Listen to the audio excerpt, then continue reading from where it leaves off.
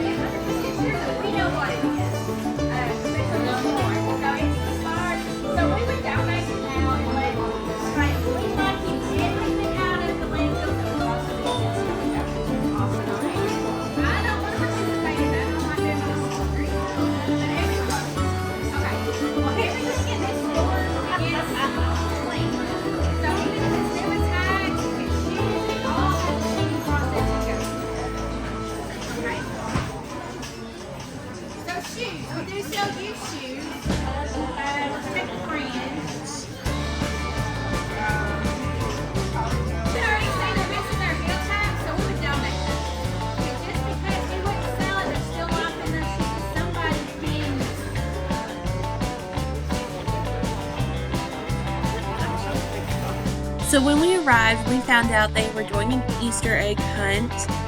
Of course, we arrived way too late to participate in that.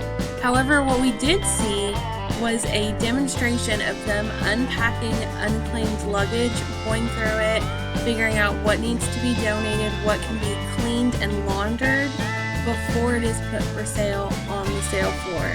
I thought this was really cool. I'd never been here and they've done a demonstration like that. I think it was really informative and also reassured that they're not just hanging dirty clothes out on the racks. So they also have an Unclaimed Baggage Museum. This is a gallery of items that have legitimately shown up with unclaimed baggage.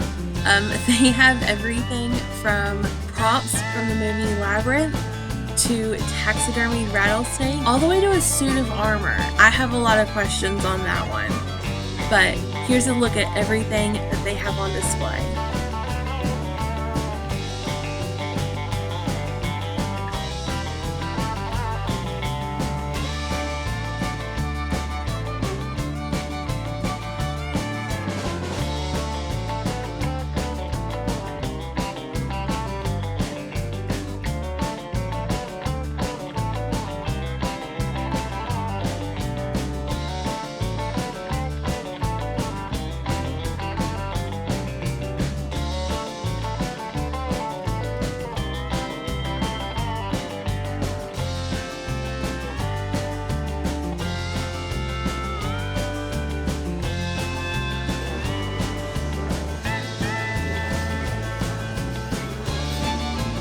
The last time you traveled with a suit of armor? Definitely not in my lifetime.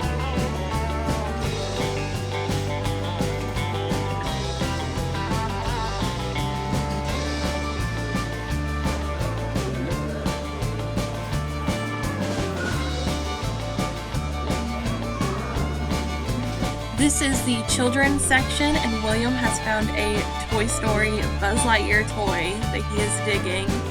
And then as we turn around, you can also see the women's section behind it. They have prom dresses, bridesmaids dresses, even wedding dresses that are absolutely beautiful, and the pricing was extremely reasonable.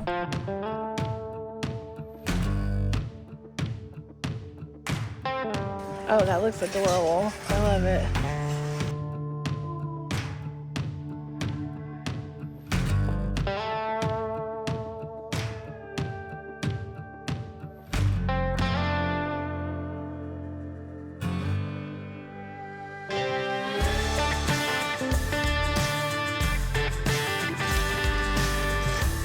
There you go. What do you think that is? Let me back up here. Oh, that is so you.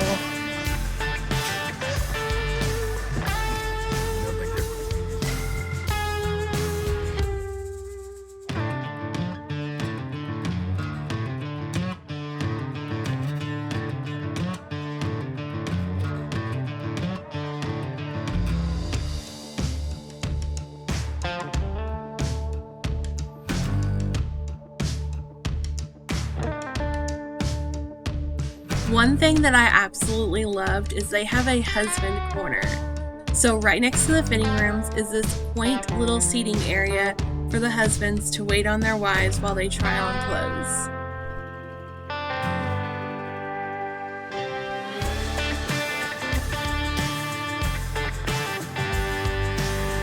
I feel like $12.99 is a good deal for that. We're gonna hang on to that for a minute.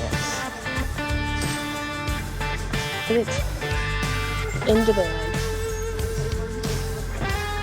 So after filming and walking around with this bag, I ended up not getting it, but I was very excited to still see Disney Loungefly bags on the shelf. The lady at the front was not wrong when she says if they are able to sell it, they will. There is a whole section of women's underwear, bras, and socks. I personally avoided that aisle, but if that is your thing, you do you, boo, no judgment here.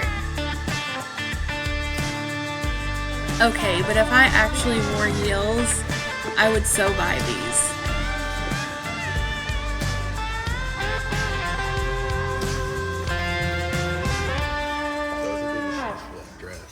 It's true. Were those white ones?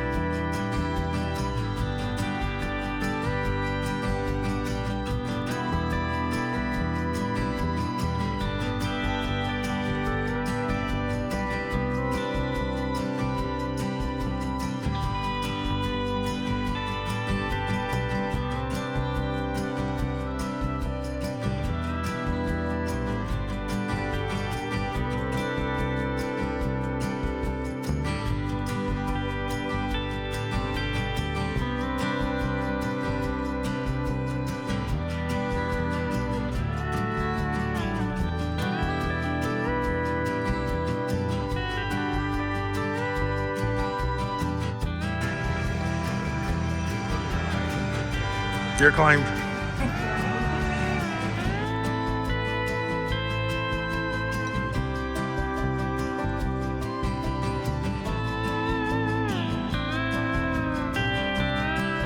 We lost that.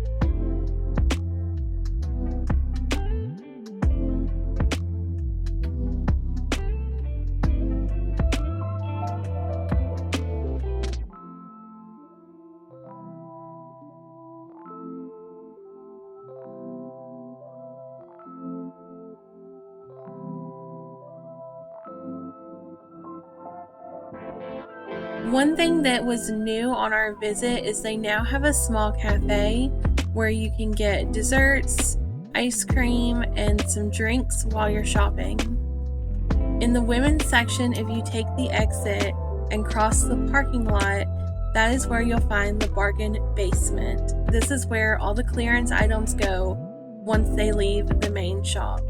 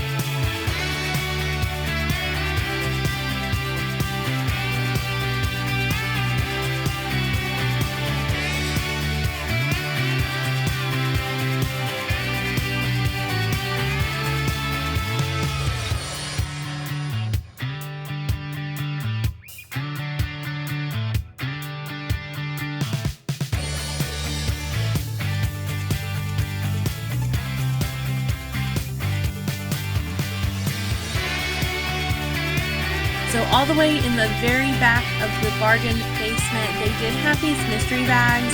It looks like they had quite a bit of influx of tumblers and cups, so they paired them all up and put them in mystery bags.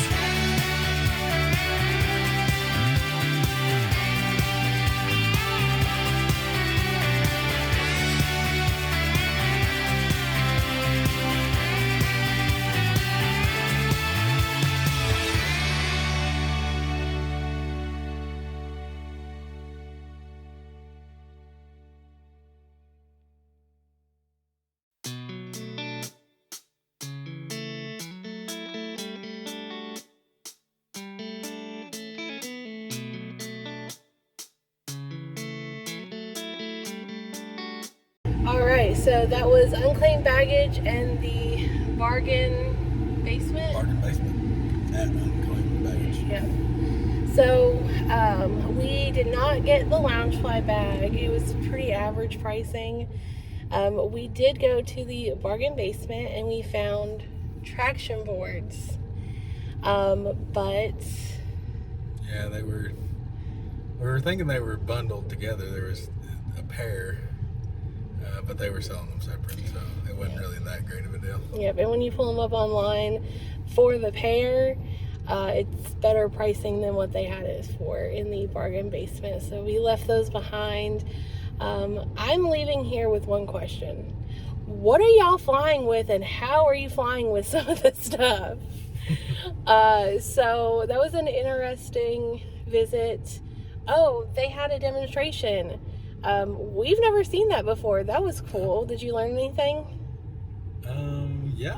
I learned that it's the largest laundry in the state of Alabama here.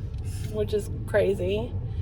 We didn't find an egg, but it's okay. We arrived pretty late, so I'm sure they were all gone anyway. So, well, there's definitely some bargains to be had in there. It's just we didn't really see anything we wanted. No, it's definitely worth a stop for sure.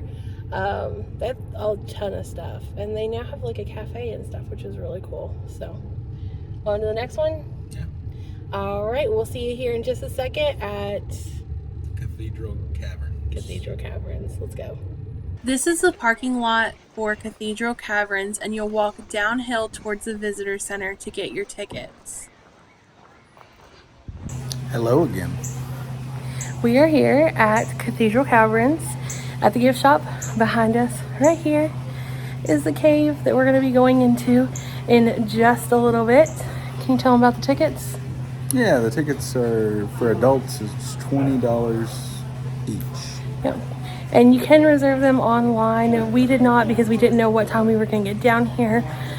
But I do recommend it because we got here about, 10-15 minutes till The next tour. And they were sold out. So we're waiting an hour till the next one. But that's okay because that gives us time to explore the gift shop and explore this beautiful little welcome area and get some good pictures of the cave with just us. Very beautiful welcome center. All right, let's go in the gift shop.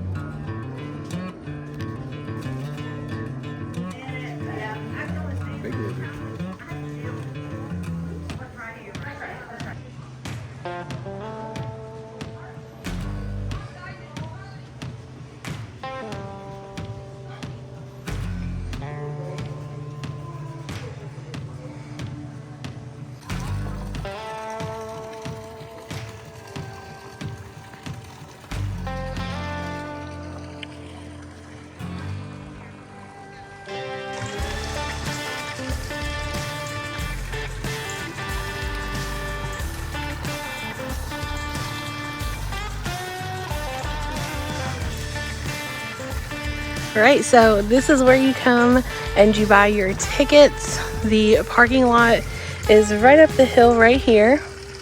As you can see, the cave is right here, so it's all super, super close. We'll go over here and we'll take a look at this map. Even if it's a hot, muggy day like it was the day that we came, once you hit about this spot, you can start feeling the cool air come out from the cave, and it feels absolutely amazing.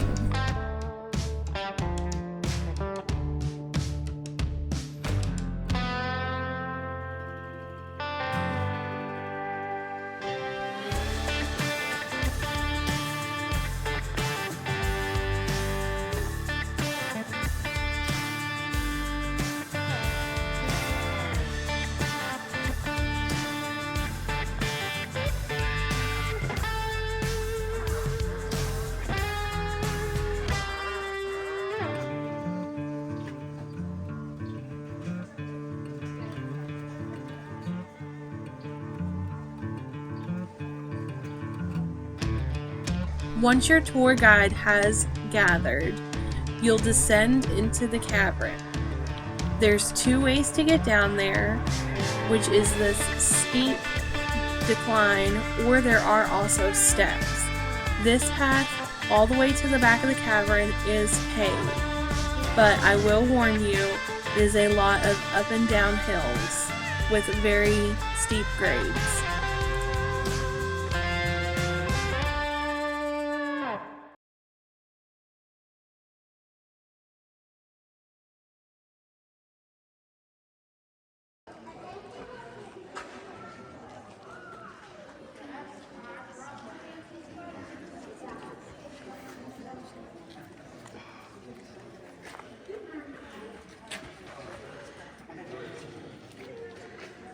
"25 feet tall, and in the 1970s they came here and did some archaeological digs. Right up there, they went down about 200 years and they found arrowheads, pottery, and some scrapers. They came back in the 80s, right over here, and they went down about 9,000 years and they found some of the better artifacts we found. They found a 10-inch long by 2-inch wide spear tip, as well as a bowl full of war paint still.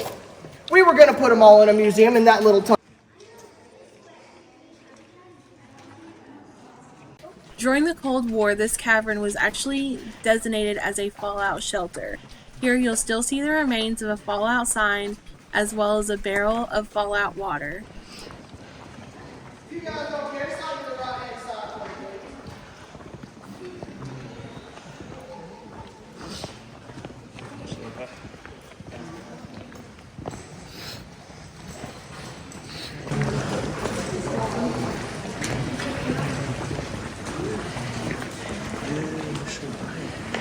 This is Big Rock Canyon. We call it Big Rock Canyon for a pretty obvious reason. It's all the big rocks that are here. Now, all of the rocks you're seeing right here are what we call breakdowns. So at one point, this cave was under an ocean. As the water started to erode away at the limestone, it started to take chunks off the ceiling up there. Now, this is what we call a solid cap. No tour guide has yet to see a rock fall. So as far as we know, we're pretty safe. Now, if you'll look right over there, you'll see a line going through the rock. Right there. Those are chert nodules. If you want a better look at it, you can turn around right here. And they're all along this wall right here. Now, as we go back through the cave, you will notice this line follows us through the entirety of the cave. It does not change in level, though.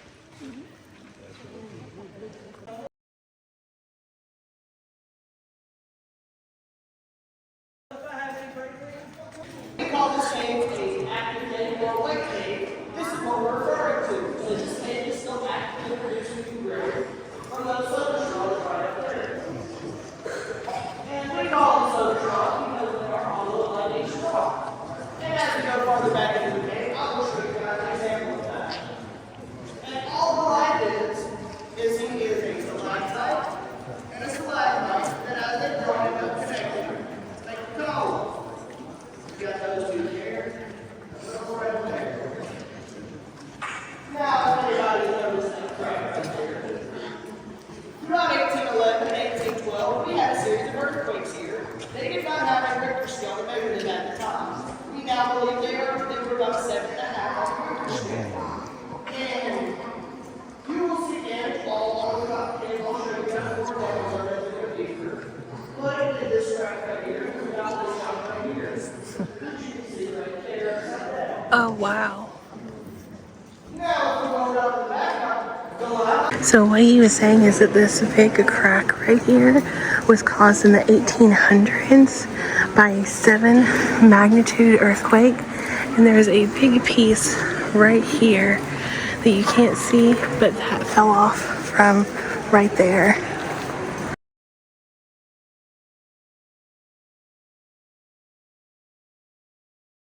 Something really cool that we learned about this particular bridge is when it floods, the entire cave will flood and actually cover this bridge, and it will shut down all of the tours.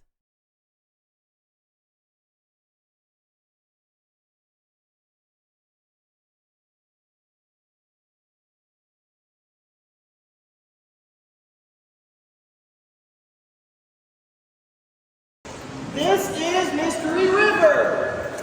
Mystery River is the river we have. It flows from the front of the cave all the way to the back. And when this room floods, I do not have any pictures or videos of them, but a couple of our tour guides do, of fish swimming through this river. Oh, wow. Wow, that's interesting.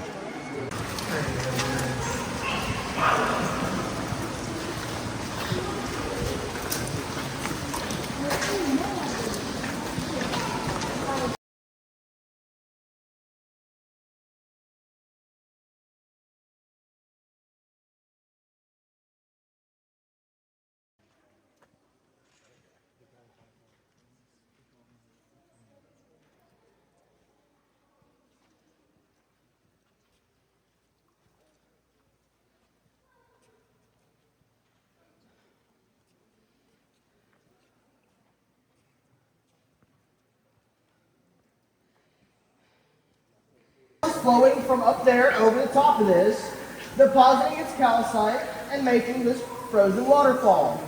Now during those earthquakes earlier that I told you guys about, they knocked some rocks loose from the ceiling and ended up closing the pathway for the river to flow. So all the water you see here is from the cave, but it is artificially pumped. We want to keep it looking good for you guys, plus all the calcite still gets deposited. Now when Mr. Gurley got back here, he saw big cracks going through some of these. Noticed that a couple of them looked like they were going to fall off. You got the hair, the nose.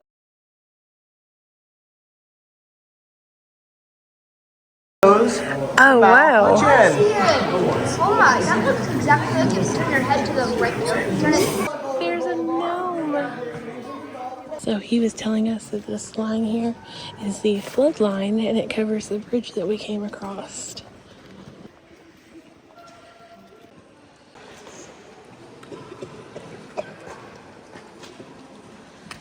This is the vertical room. So when Mr. Gurley got back this far, he had a very strong feeling that this was the tallest room in the cave. But he did not know and he wanted to find out. So what he did was he grabbed some fishing line, some helium balloons, and a garbage bag, and he tied them all together, and from right down there, from the lowest part of this room, he let it go, and it went all the way up to right here. Now he measured this room at 123 feet. When the state bought the cave, they wanted to know just how accurate that was. So they came back here with their modern equipment and they measured it themselves, and they measured it at 126 feet. I like to mess around that Mr. Gurley just forgot to measure the length of the garbage bag. Just so happens it's about 3 feet.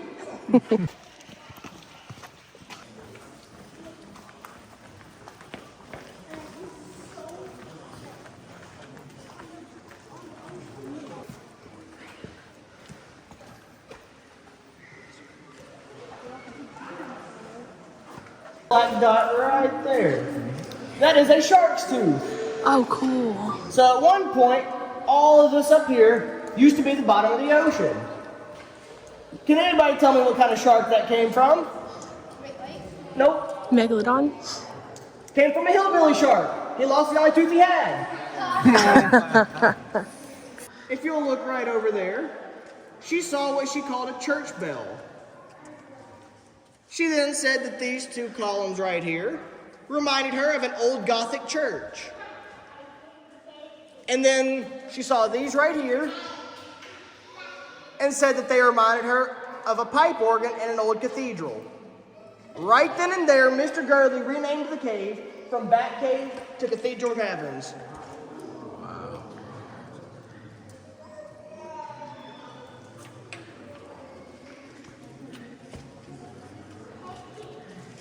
Now, as we walk by, for anybody wondering, yes, we still do have weddings here like we used to. They're right here.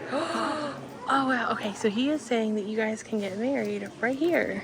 Okay, so here is where he is saying that you guys could get married and they still do weddings.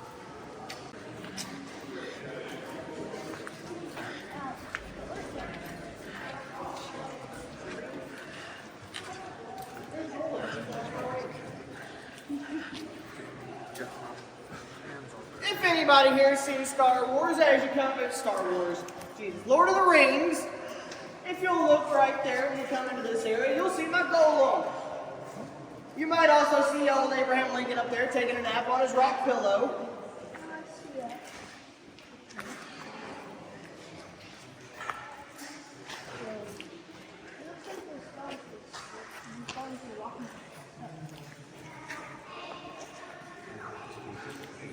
The Adventures of Tom and Huck. They filmed it right through here. If any of you guys have Disney Plus, you guys can go home, pull up the movie, and it's about halfway through the movie. Drapery. Now it's called a drapery because it looks like curtains, and it's also called cave bacon because when it's backlit, its layers look like slab bacon. That's my cave bacon.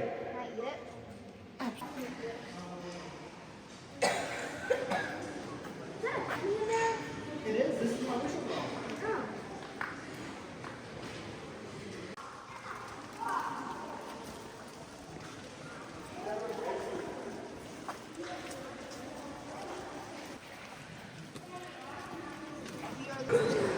Look, there's a little face. Look, I'm putting my finger in his mouth. Off to this direction, and if you'll climb your way up this little hill right here full of rocks, there's an opening right up there that's about 10 feet wide. If you make your way through that hole about 20 feet, you'll find yourself in another cathedral room like the one we just went through. The only difference is whereas the one we just went through only had 2 columns, this one has about 24 and is easily double the size. Now if you go all the way through that, climb a rock wall we call the Great Wall of China, and crawl through a 5-gallon bucket sized hole for about 10 feet, you'll come to the back room that we call the Crystal Room. Now the air is so clean back there that a lot of these stalactites that are growing from the ceiling and a lot of the crystals that are growing and forming back there are so clear that they look like icicles hanging from the ceiling. There is also a cave cricket back there that got stuck, couldn't find its way out, and ended up dying right underneath one of these drip stones right here. And over the course of time, ended up turning into a calcified cave cricket. We have pictures of all of these up at the gift shop if anybody wants to see them after the tour.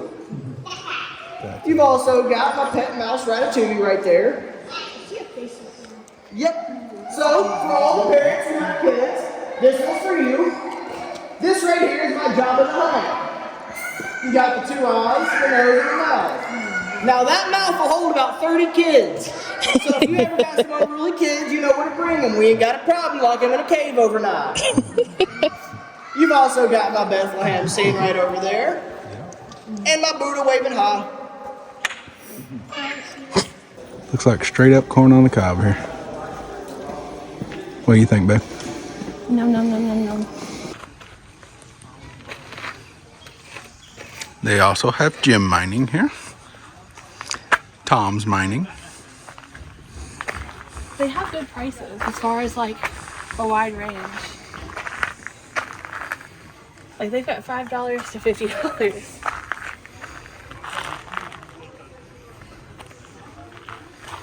Found some arrowheads. Ready for the truck. Okay. Signing off. Well, that was Cathedral Caverns here in Alabama, North Alabama. What do you think about it? I'm so winded, y'all. We hoofed it back. We got dinner to make by 6. It's 4:30 and it's a big drive.